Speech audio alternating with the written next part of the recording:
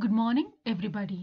आज हम industrial development during post reform period यानी सुधार अवधि के पश्चात या उदारीकरण के पश्चात भारत में औद्योगिक विकास के बारे में चर्चा करेंगे। 1991 से आर्थिक उदारीकरण के एक नए युग की शुरुआत हुई। औद्योगिक क्षेत्र के निष्पादन को प्रभावित करने वाली नई उदारीकृत नीतियां थी।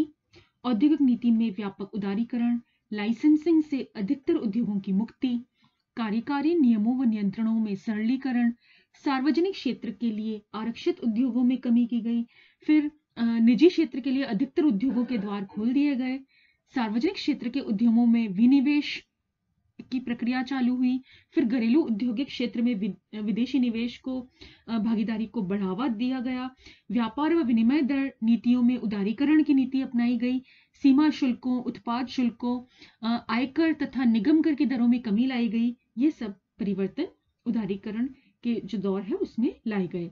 और उदारीकरण की इन सब नीतियों का औद्योगिक क्षेत्र के निष्पादन पर क्या असर पड़ा है, इसको हम देखते हैं। और इसके लिए एक टेबल देख सकते हैं आप, जिसमें हम उदारीकरण से पूर्व के दशक की तुलना उदारीकरण के बाद की अवधि से हम करेंगे। और सुविधा की विश्लेषण की सुविधा की दृष्टि से सुधार अवधि को दो समयावधि में बांट दिया गया है। 1990 का दशक 2001-2002 तक, और दूसरा है 2001-2002 के बाद की अवधि। तो सबसे पहले हम लेते हैं 1990 का दशक यानी पीरियड ऑफ 1990s। 1990 के दशक की अवधि की जो मुख्य बातें हैं, सबसे पहला तो यह है कि 8वीं योजना में औद्योगिक उत्पादन की वार्षिक समृद्धि दर 7.4% थी, जो लक्षित वृद्धि दर के बराबर थी, इसलिए इस योजना में प्रगति संतोषजनक मानी जा सकती है। फिर 9वीं योजना में औद्योगिक उत्पादन की समृद्धि दर केवल 5% प्रति वर्ष थी, जो 8.2% प्रति वर्ष के लक्ष्य से काफी कम थी।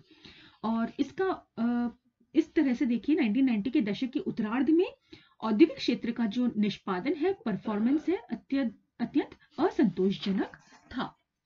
फिर 9वीं योजना के अंतिम वर्ष 2001-2 में औद्योगिक क्षेत्र का जो निष्पादन है बहुत असंतोषजनक था, क्योंकि इस वर्ष औद्योगिक उत्पादन में मात्र 2.7% जो है वृद्धि हुई। और यह 1992-93 से लेकर 2001-2 के दशक में सबसे खराब इसको हम निष्पादन कह सकते हैं।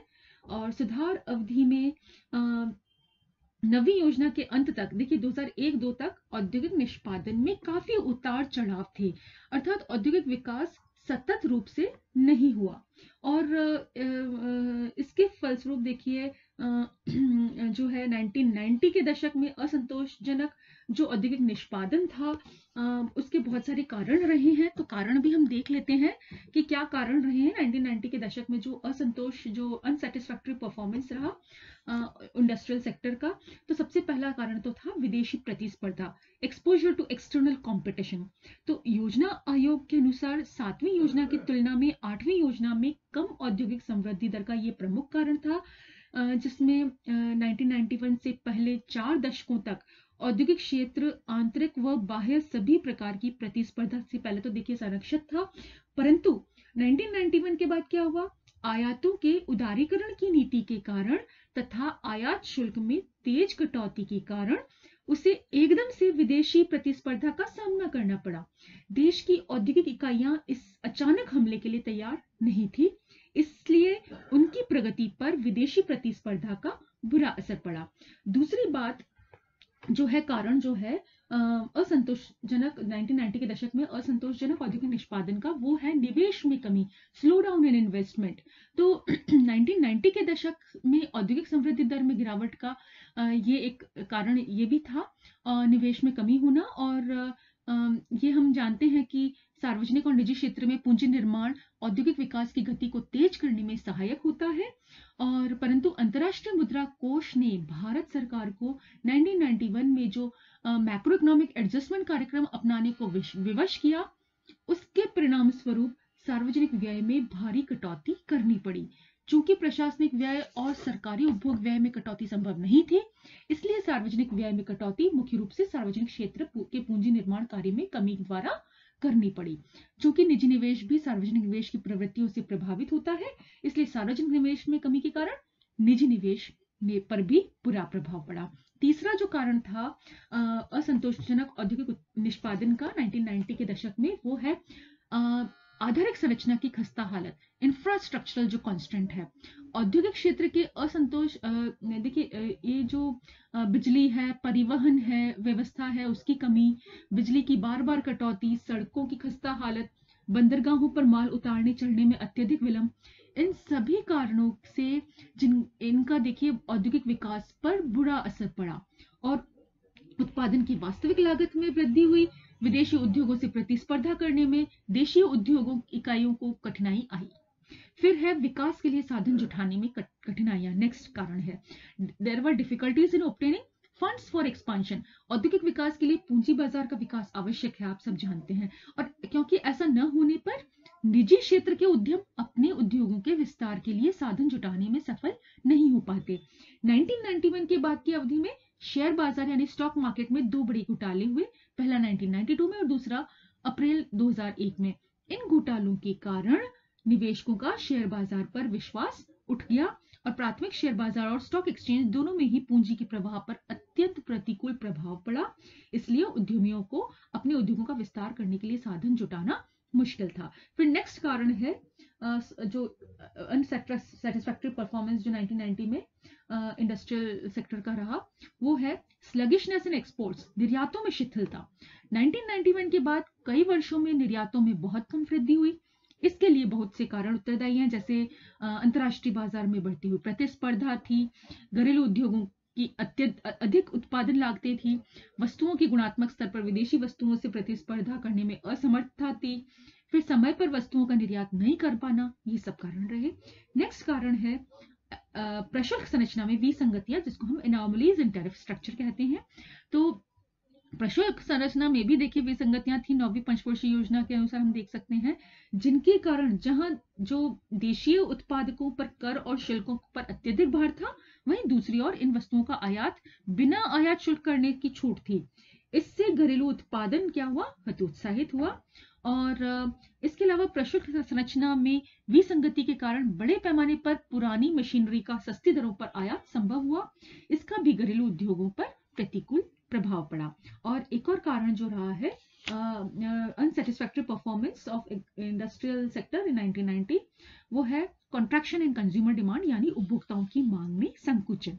1990 के दशक में उपभोक्ताओं की मांग में काफी संकुचन हुआ और इस संकुचन का प्रमुख कारण था 1990 के दशक में कृषि क्षेत्र में जो ग्रोथ रेट वो कम रही, काफी उतार चढ़ाव भी होते रहे, जिससे ग्रामीण लोगों की क्रय शक्ति पर बुरा असर पड़ा।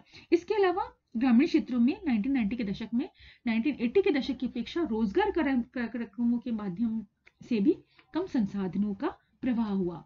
फिर भारतीय उद्योगों को न केवल कम ग्रामीण क्रय शक्ति से पैदा होने वाली समस्याओं का सामना करना पड़ा, बल्कि शहरी क्षेत्र में भी क्रय शक्ति कम रही। और इसके अलावा आय वितरण में बढ़ती हुई असमानताओं के परिणाम स्वरूप रोजगार समृद्धि में गिरावट के कारण शहरी जनता के हाथ जो है संभवतः क्रय शक्ति कम हो गई। अब हम 2001-2002 के बाद की अवधि में देखते हैं औद्योगिक विकास क्या रहा। तो टेबल से आप देख सकते हैं, पिछले स्लाइड में मैंने टेबल दे रखा है, उसमें 10वीं पंचवर्षीय योजना में औद्योगिक पुनरुत्थान हुआ और औद्योगिक समृद्धि की औसत दर जो 9वीं योजना में मात्र 5% प्रतिवर्ष थी, वो बढ़कर 8.2% प्रतिवर्ष हो गई। आर्थिक विकास की दृष्टि से महत्वपूर्ण बात यह रही कि पूंजीगत वस्तु सेक्टर की समृद्धि दर में उत्साहवर्धक वृद्धि हुई।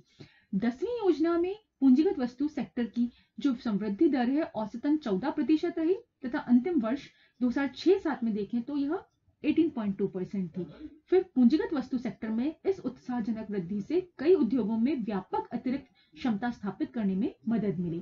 फिर टेबल में आप देख सकते हैं कि 11वीं पंचवर्षीय योजना के लिए 2007-08 से लेकर 2011-12 के लिए दिए गए औद्योगिक जो समृद्धि के आंकड़े वर्ष 2004-05 को आधार वर्ष अगर हम मानते हैं तो उस श्रेणी पर आधारित हैं और ये श्रेणी जो है केंद्रीय सांख्यिकी संगठन ने जून 2011 में जारी की थी और इस श्रृंखला के अनुसार 11वीं योजना में औद्योगिक उत्पादन की लक्षित वृद्धि दर 10% प्रतिवर्ष के विपरीत वास्तविक उपलब्धि मात्र 6.9% प्रतिवर्ष रही। फिर अप्रैल 2006 से लेकर दिसंबर 2011 तक देखते हैं तो औद्योगिक उत्पादन सूचकांक के विश्लेषण उसके आधार पर जो है